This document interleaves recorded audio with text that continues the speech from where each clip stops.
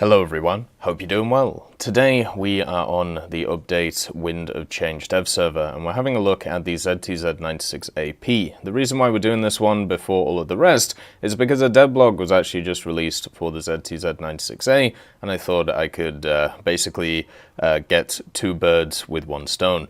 So the ZTZ96AP is a Type 96A prototype, at least that's what it's called. This is going to be a premium pack. It's going to be $60 and you'll get 2,000 golden eagles, 15 days of premium account and a pre-order bonus of the Green Dragon title and also a pre-order bonus of the God of War decal, which is super cool.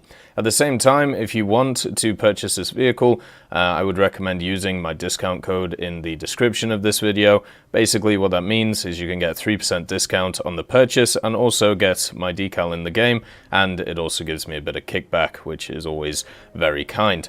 So if you're interested in this thing, definitely have a look at that. This vehicle right now is at 9.7, it's at rank 6, and it's incredibly similar to the standard tech tree ZTZ96A, which you have in the Chinese tech tree. The other thing is it's a rank 6 vehicle, meaning that it'll be able to efficiently research the whole of the Chinese tech tree, which is really nice alongside these two vehicles and also the T62 from before. So this will be really good and has a fantastic lineup around it as well, at least as it's been, growing recently. So you've got the ZTZ96A, the 96, the PGZ04A, and then also the ZLT, which is a pretty nice light tank, even though it's the size of a house. So with the ZTZ96A, what is the differences between it and the P version?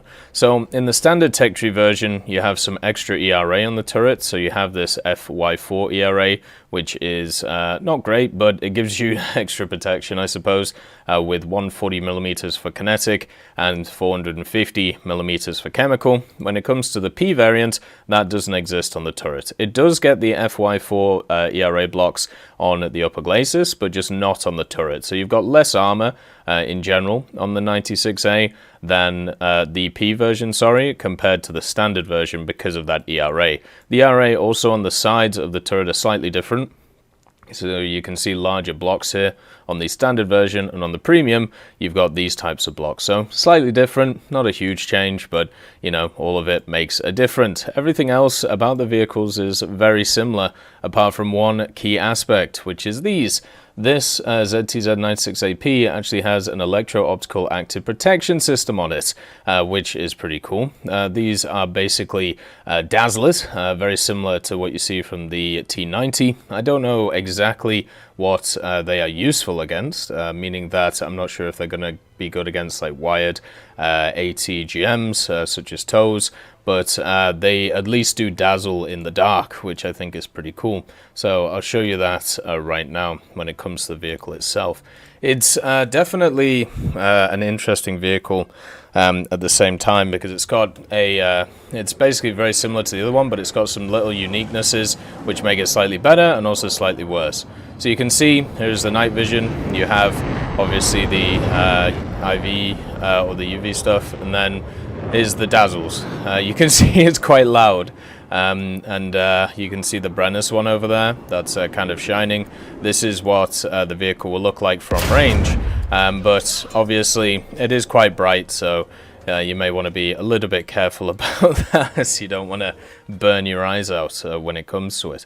But for a vehicle for the Chinese tech tree, this one is just looking really, really nice. And it has exactly the same modifications as the standard 96A in the tech tree. So it has the 125i round, and it pens 466, 393, 269mm. This is a fantastic round at 9.7.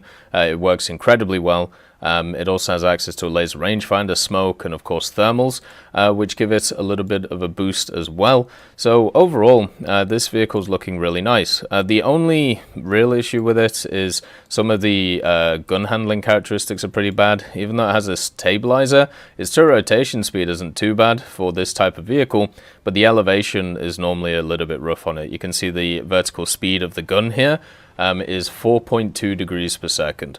So that is super rough, is probably the way to put it for this vehicle in itself. It also does have the autoloader, so you can't improve the reload of 7.1 seconds, so there will be vehicles around this BR, you know, the prototype Leopard, for example, the Abrams and stuff like that, which will out-reload you, so you got to be careful about that. And just like all of these tanks, the reverse is terrible in them. The forward momentum isn't too bad. It's definitely not the most mobile vehicle around, but it's not bad.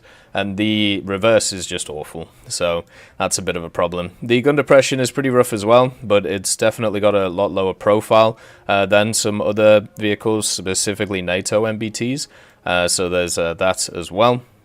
Also has access to smoke for that extra survivability, which is nice, and the 3-man crew, which is standard on all of these vehicles. So as somebody who's played the ZTZ96, the ZTZ96A, and also started on the ZTZ99-2, I've really enjoyed these types of vehicles. And not just because, you know, they're pretty much just Soviet knockoffs.